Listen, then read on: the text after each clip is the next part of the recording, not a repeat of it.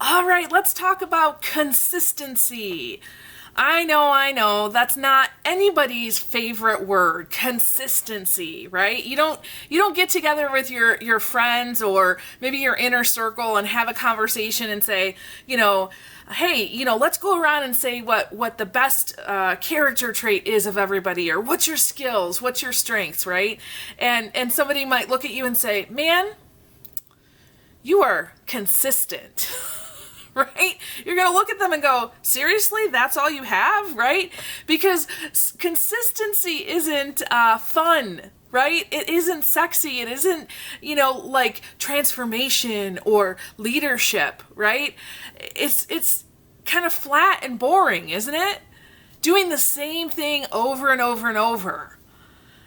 Gail Beebe said this, predictability, dependability, and consistency, 3 qualities that ensure that your leadership is reliable and it motivates people to place their confidence in us. Our effectiveness as leaders is built on trust.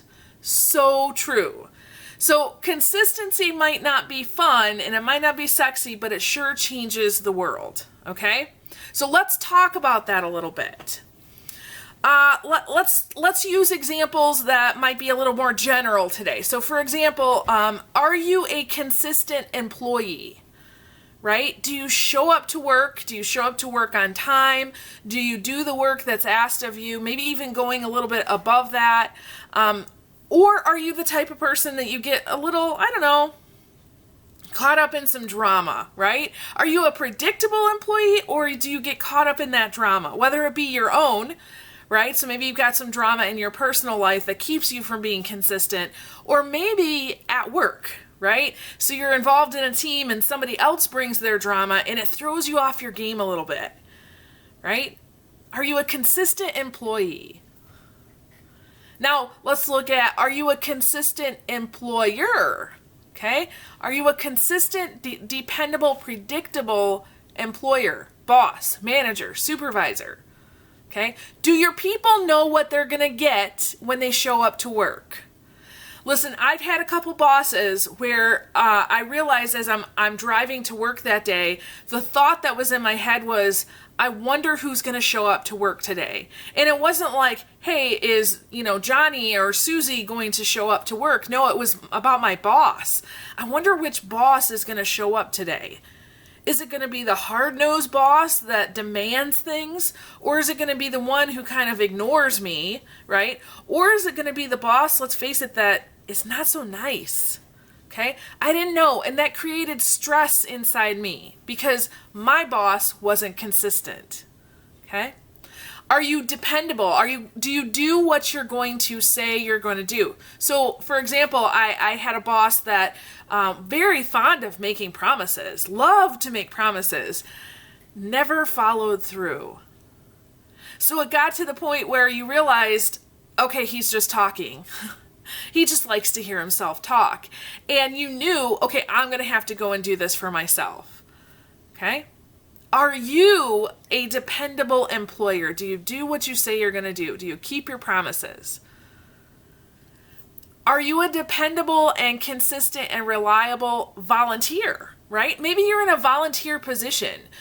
Maybe, I know right now there's a lot of young people, so high school age students that are out in the world and they are volunteering, maybe being voluntold, maybe being paid to sit with younger children, right? Are you consistent? Are you steady? Are you trustworthy, right? Do the people that you're volunteering for say, oh, that Michelle, we can really count on her? Or do they say, yeah, she'll probably come through, but we're not quite sure, okay? So consistency is this thing, it's like an engine that makes everything run. When things are running well, you don't notice that consistency is behind the scenes. However, when things are starting to fall apart, you can usually pinpoint, it's because you're not doing this, this, and this. Okay? So my, challenge for you today is really to think about, where are you at with this idea of predictability, dependability, and consistency? And you might want to look at different areas of your life. So if you're a parent, do you keep your promises to your kids, right? If you're a business owner, do you show up every day, even if somebody's not watching you, right? So as a solopreneur working from home, let me face it, there are times when I can set aside a schedule, say I'm going to do this, this, this, and this, and then I look at the rest of my day and go, it'd be nice to take a nap. Okay, so do you show up for your business? Do you show up for your family, your friends, your clients? And where's the evidence for that? So my challenge to you is really to think about it this way. Take each part of your life and say, okay, on a scale of 1 to 10, 1 being I am not consistent at all, right? So I drop the ball every single time, okay? 10 being I am regimented, I am ready to go, okay? What would your number be? So as a parent, as a friend, as a coworker, how consistent are you in those roles, 1 to 10? And then you can ask yourself, what's going to raise that number? So maybe you said, I'm a 4 as a parent. I get sucked up into work sometimes and I promise things and I don't follow through. What's going to help you to raise that number? Okay. For me, I found when that was happening to me, I actually put my kids on my schedule now, right? And my kids also know that if they really want to spend some time talking to me about something, they'll say, hey, can I get some time on your schedule? Okay? Because they know once it's on my schedule, I'm laser focused on you, right? But if they're coming in and they're trying to carve out time on my schedule, might not work as good, right? So how consistent are you on a scale of 1 to 10? What will help that number go higher? Why in the world would we be doing this? Guys, here's the thing. You can look at consistency and say, oh, that's a character thing. That's a personal development thing, right? And of course it is, but it absolutely shows up in the workplace. And when you are consistent, you are a person of consistency and character. That feeds into the law of buy-in. So your people buy into the leader first and then the vision. And if you as the leader are not consistent, it doesn't matter how good your plan is, people will not follow you.